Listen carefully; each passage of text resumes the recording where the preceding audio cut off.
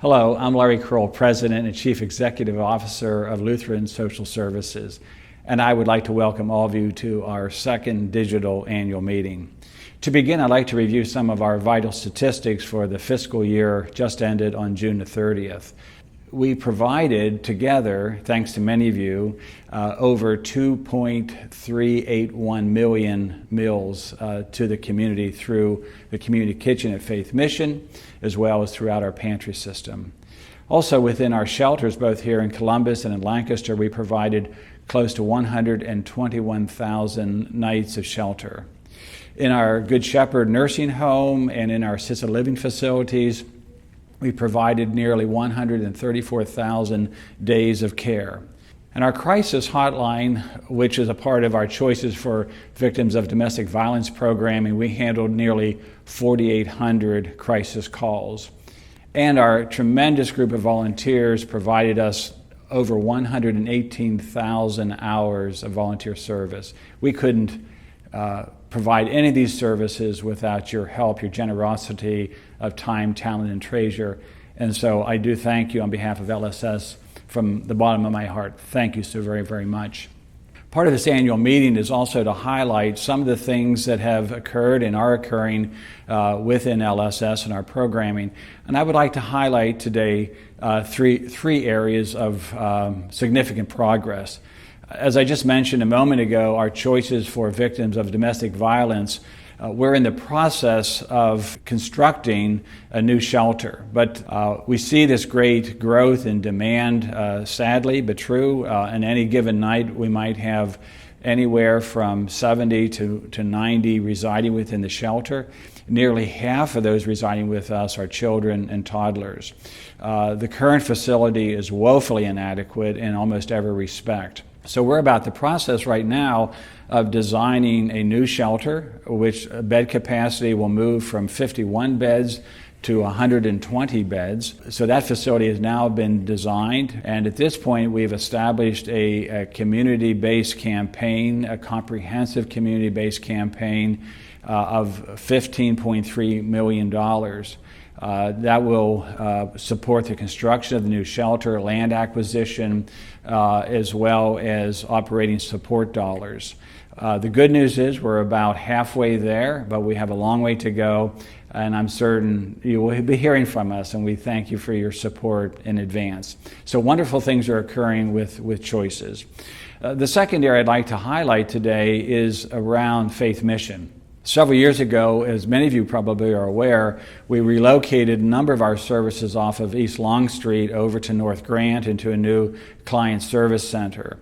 Adjacent to that building is a building that is lovingly referred to in the community as the Buckeye Printing Building, a 43,000 square foot building adjacent, actually wraps around our North Grant Street facility for services for our clients, which include our community kitchen and clinics and resource center. So the good news is we were able to purchase this building that we're actually filming in today. Again, 43,000 square feet. We're in the process of renovating it, and when that is completed, it will house the men's shelter, which is currently on 6th Street, and also our Nancy's Place women's shelter. So we'll have all those services consolidated here, as well as office space for some of our staff that are involved serving and supporting our veterans. So more exciting news to happen around Faith Mission and this building as we come into the new year. The third thing I would mention is beyond all these important works is we want to be thoughtful in how we move forward.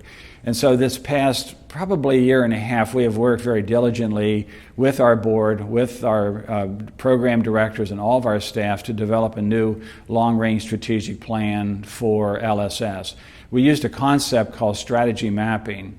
And I would say a couple things about that is that we are very much centered on serving our constituency groups. And we've identified 4 key groups. Most importantly, our clients, our employees, our volunteers, and our donors. So what I am saying to all of you is that whatever part you play within the life of LSS, you are critical to our success. I would say there's 2 very important outcomes we're striving for. One is the basics, and that is to maintain the financial health of LSS. And that will be through growing new revenue streams, but also be good stewards of what we've received, making sure we're providing high quality services at a reasonable cost. But more importantly, and probably the most exciting outcome we're focused on, is a concept called restoration of lives. How can we optimize as we engage and serve others? How can we understand what brought them to us? How can we arm them, equip them, support them so that they can move forward into life in a more stable and independent fashion? So restoration will be important. What role we can play relative to each client served, but also how can we impact the wider community? How can we go out and help impact, for instance, the root causes of poverty? So these are great challenges in our strategic plan, but I think we're up for the challenges and the tasks ahead of us. And with your help, indeed, all that will occur. So with those highlights, we'd like to take some time to highlight one of our programs, and in keeping with Choices, we thought it'd be good for you to learn a little bit more about that programming. Choices for Victims of Domestic Violence, a member of the Lutheran Social Services family, is the only domestic violence safe haven shelter and 24-hour crisis and information hotline in Franklin County. Counseling services, support groups, and legal and community advocates for those impacted by intimate partner domestic violence are also available. Most importantly, safety, healing, and hope are provided to victims and their children. I'm from Indonesia. I have a kid 3.5 years old now. I come to Columbus in 2012. Before I got married in Indonesia, and my husband went to US after we got married, and we separated for 1 year. After that, I come to US, and he always drunk every night. And that time I got pregnant too. One time he kicked me out from the house in the winter time, and I need help, but I have no family here. I have nobody here. I know he is controlling, abusive, verbal, abusive, and I don't know where I need to get help. When my baby is 6 months old, my ex choking me in the back when he got drunk. So I called 911, and the police came, and I thought he always abused with verbally, and he get mad. In the nighttime, he took all my stuff, my phone, my credit card.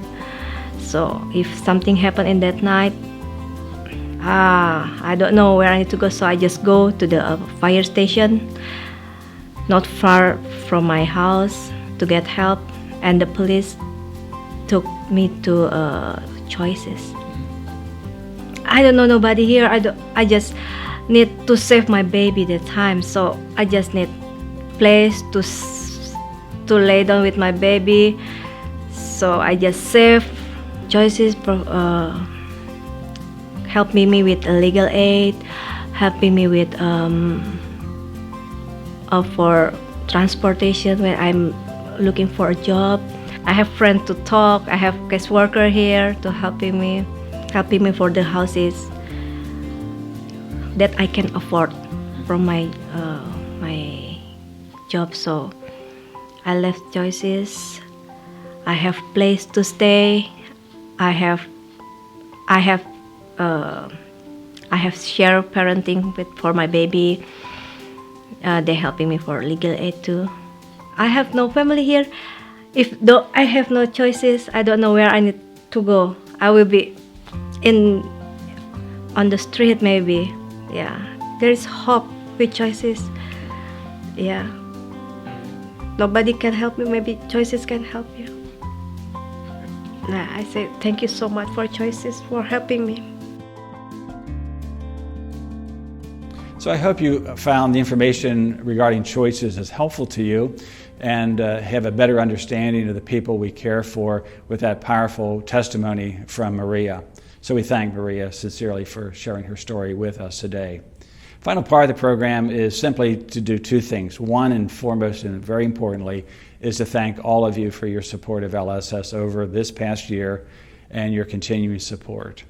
Now to the final portion, which is a little bit of business, and that is to elect board members. As members of LSS, one of your responsibilities and opportunity is to elect board directors.